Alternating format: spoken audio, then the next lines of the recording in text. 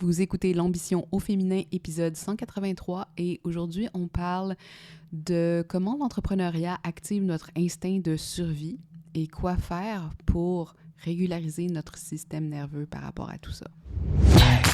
Mon nom est Tatiana Saint-Louis et j'anime L'Ambition au féminin, un podcast pour toutes les femmes pleines de vision, de talent et de drive qui désirent redéfinir le succès selon leurs termes et leurs conditions. Chaque semaine, j'explore seule ou en présence d'invités les thèmes entourant la réussite professionnelle et personnelle. Mindset, productivité, leadership, branding personnel, c'est le rendez-vous pour réfléchir à la façon dont tu veux vivre ton plein potentiel et laisser ton empreinte dans le monde.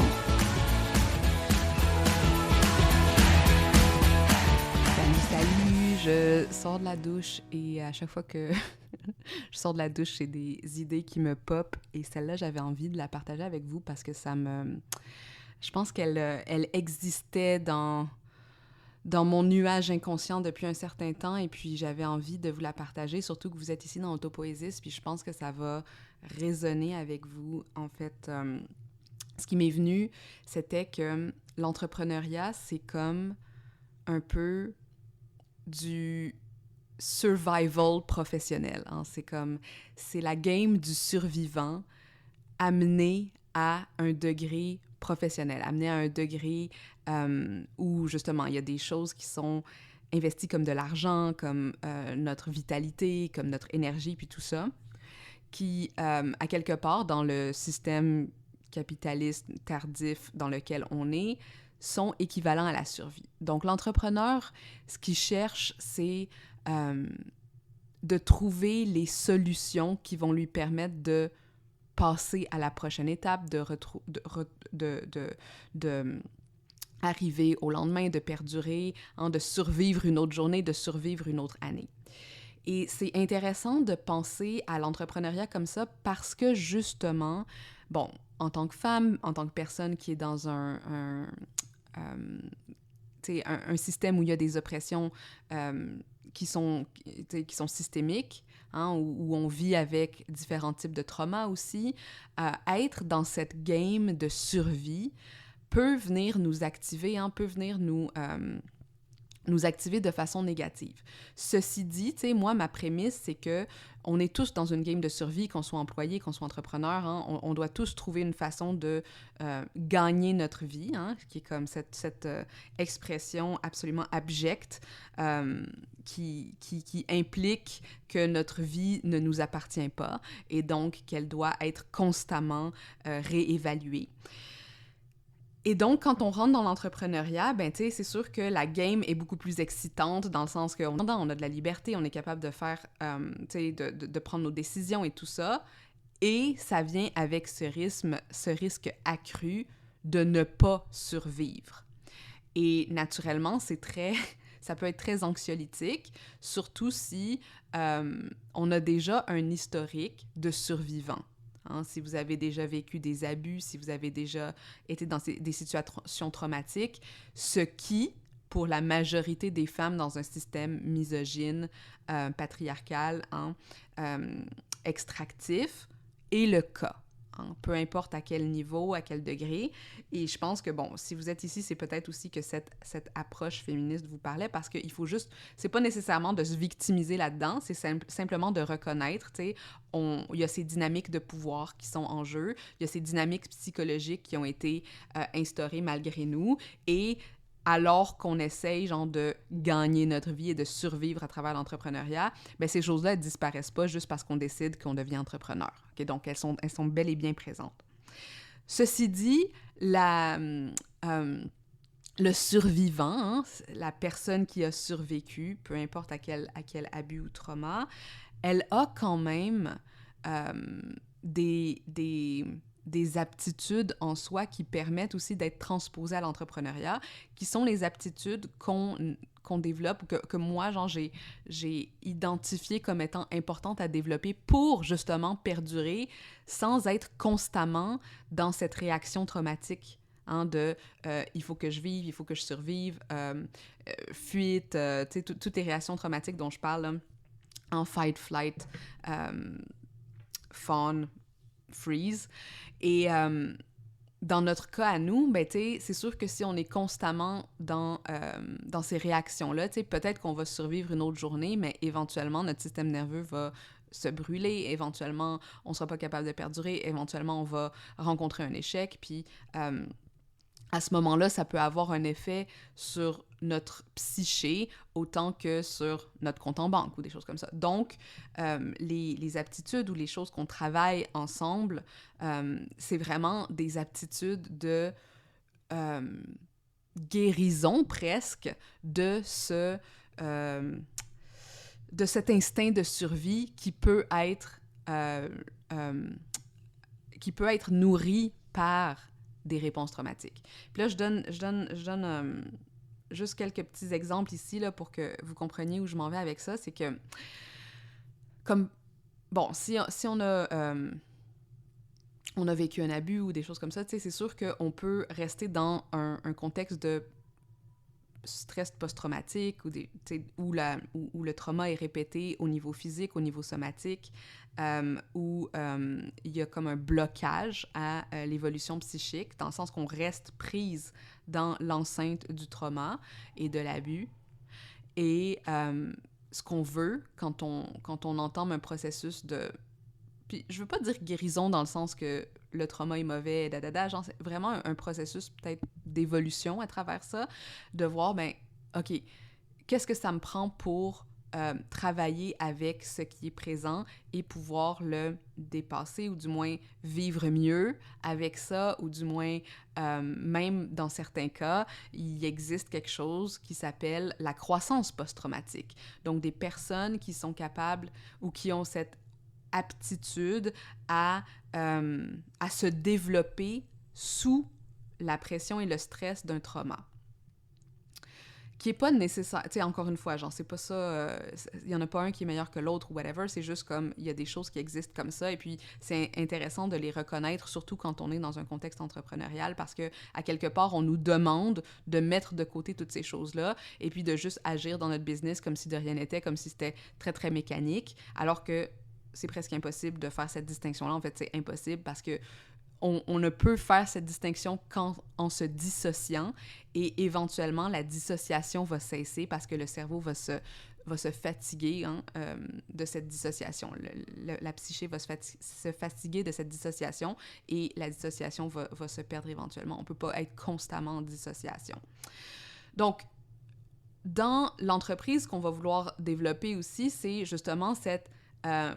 Bon, premièrement, peut-être reconnaître où sont les réponses traumatiques pour pouvoir travailler avec elles, pour pouvoir se dire, OK, est-ce que mon système nerveux est activé? Est-ce que mon stress est activé? Est-ce que je suis en dissociation? Est-ce que je suis en état de fuite? Est-ce que je suis en état de freeze, de paralysie? Parce que là, à ce moment-là, si on reconnaît la réponse traumatique, on peut commencer à travailler avec elle pour ensuite voir de quelle façon on veut répondre dans une situation précise. Donc, l'entrepreneur, quand on dit qu'il est un survivant, c'est qu'à quelque part, tu sais, il va essayer de croître à travers les peurs potentielles qui sont souvent alimentées par des traumas. Puis... ce qui est intéressant dans cette conversation-là ici, c'est de voir aussi que, bon, beaucoup des entrepreneurs à succès, ben, tu sais, qu'est-ce qu'ils avaient aussi pour eux? C'était des hommes blancs, c'était des personnes qui étaient nées dans l'argent, c'était des personnes qui avaient peut-être aussi même une éducation Ivy League, des choses comme ça, tu sais, il y avait déjà beaucoup de choses, tu sais, pour eux, là, je pense, comme j'ai les exemples de Zuckerberg ou, tu sais, Bill Gates ou des choses comme ça. Et aussi, on a ces fameuses histoires genre de croissance post-traumatique où la personne vient d'un milieu très défavorisé, a vécu des gros problématiques dans sa vie et ensuite l'a transformé en quelque chose de grandiose. Nous, qui est probablement un peu entre les deux, on a des privilèges, on a certaines choses, genre, on vit pas dans un pays du tiers-monde, par exemple, on n'a pas vécu la guerre ou la famine, même si on a chacun nos traumas aussi personnels, on a nos histoires personnelles, et en même temps, on fait partie d'un système qui constamment nous impose, genre, des violences quotidiennes, sous forme de misogynie, sous forme de racisme, sous différentes formes, et Et donc, selon moi, c'est important, genre, de reconnaître ce contexte-là pour savoir, tu sais, est-ce que je suis justement en, en, en stress autour de ça ou je suis en croissance et comment est-ce que je fais pour les reconnaître? Ben là, c'est là, genre, que le corps devient important, nos réactions deviennent importantes et qu'on peut se rappeler aussi que souvent, parce qu'on est capable justement de survivre dans ces environnements-là qui sont relativement hostiles, ben l'entrepreneuriat, c'est un peu la même chose où on est invité à aller survivre dans un environnement qui est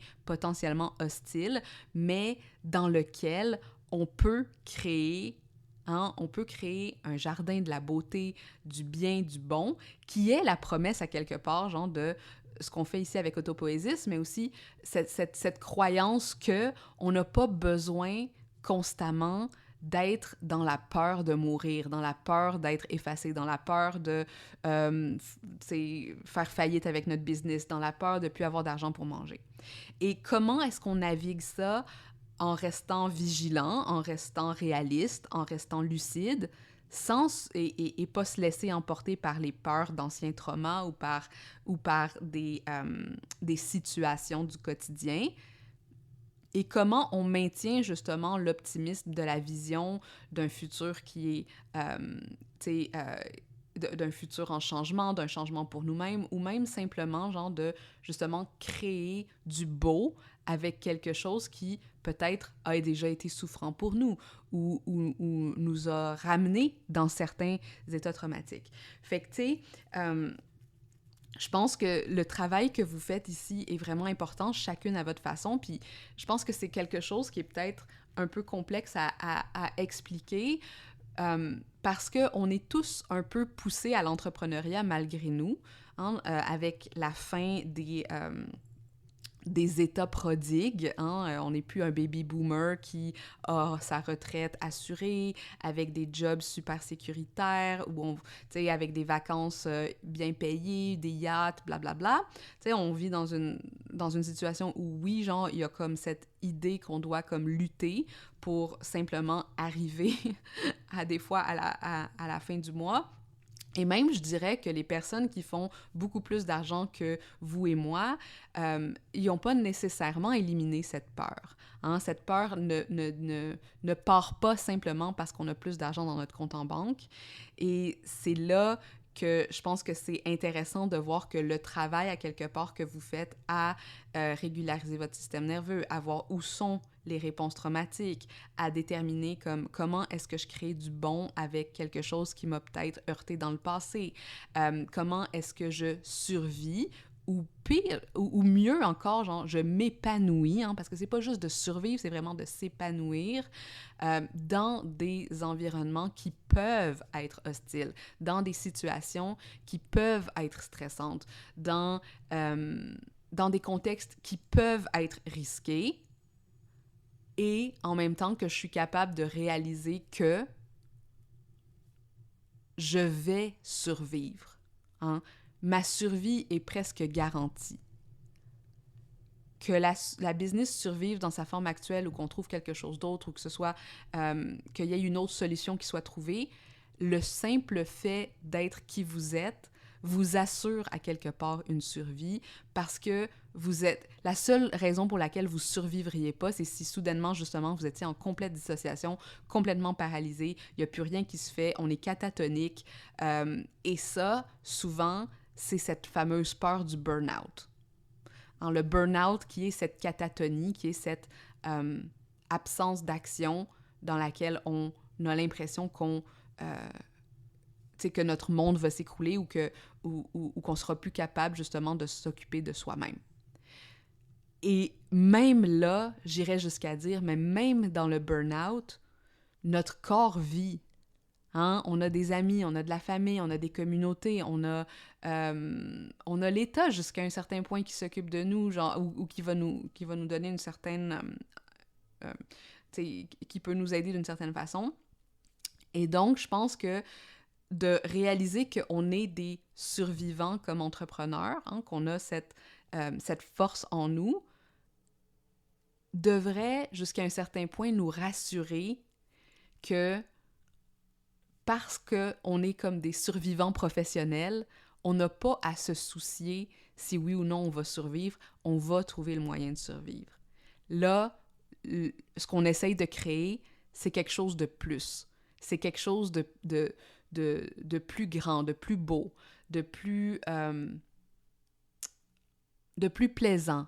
On veut aller chercher des business qui nous font du bien, des clients qu'on aime, une relation apaisée avec l'argent, une capacité à ouvrir notre voix, à s'ouvrir et à s'exprimer, qui va nous faire voir qu'est-ce qu'on peut créer dans le monde, quel beau on peut créer, quel changement on peut créer.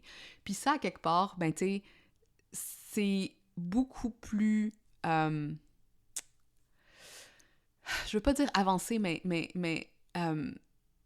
c'est ça, tu sais, on n'est pas dans la survie pure et dure, puis moi, je vois beaucoup en ce moment, genre, de cours marketing, business, blablabla, qui sont axés sur la survie, mais moi, ce que j'ai envie, genre, de dire, c'est que quand on focus simplement là-dessus, on continue d'activer cette réponse traumatique, puis ce qu'on essaye de faire, nous, ici, avec Autopoésie, c'est de voir, mais est-ce qu'il y a une façon de... quand même être dans cette réalité et ne pas être constamment en activation traumatique, ne pas être constamment dans cette réaction de stress post-traumatique presque, où on a juste peur de ne pas voir le lendemain. Donc, c'était ça ma réflexion de douche. Je suis toujours curieuse de vous entendre à ce sujet. C'est quoi votre relation, vous, à la survie? Est-ce que vous avez l'impression que vous vous battez pour votre vie jusqu'à un certain point avec l'entreprise? Est-ce que vous avez confiance dans votre capacité de vivre, survivre et vous épanouir? Et est-ce que vous y croyez à cette entreprise ou à cette façon de vivre? Hein? Parce que je pense que l'entreprise, c'est juste une facette de notre vie. Puis, encore une fois, tu sais, je parlais avec quelqu'un de mon approche holistique. Pour moi, c'est comme, oui, l'entrepreneuriat, mais l'entrepreneuriat est un des blocs dans la vie qu'on veut mener, dans cette lucidité, dans ce courage, dans cette, dans cette acceptation de la réalité dans laquelle on est, hein? Sans la minimiser, sans la maximiser, vraiment genre, OK, voici ce qui en est, voici comment je perçois, voici ce que j'ai envie de créer avec ça, et c'est là, genre, qu'on se réapproprie notre pouvoir. Donc voilà, encore une fois, curieuse de vous entendre, curieuse de vous lire, et on se dit à bientôt! Avant de te laisser, je voulais prendre un temps pour te mentionner que l'audio que tu viens d'écouter était un message que j'avais enregistré pour mon groupe dans Terre Fertile ou Autopoésis, ce qui est peut-être un mot que tu as entendu à travers cette conversation. Et je voulais t'expliquer un petit peu c'était quoi Terre Fertile, parce que si tu as écouté jusqu'à maintenant, c'est très probable que tu sois une de nos âmes amies, tu fasses partie de notre communauté sans le savoir encore.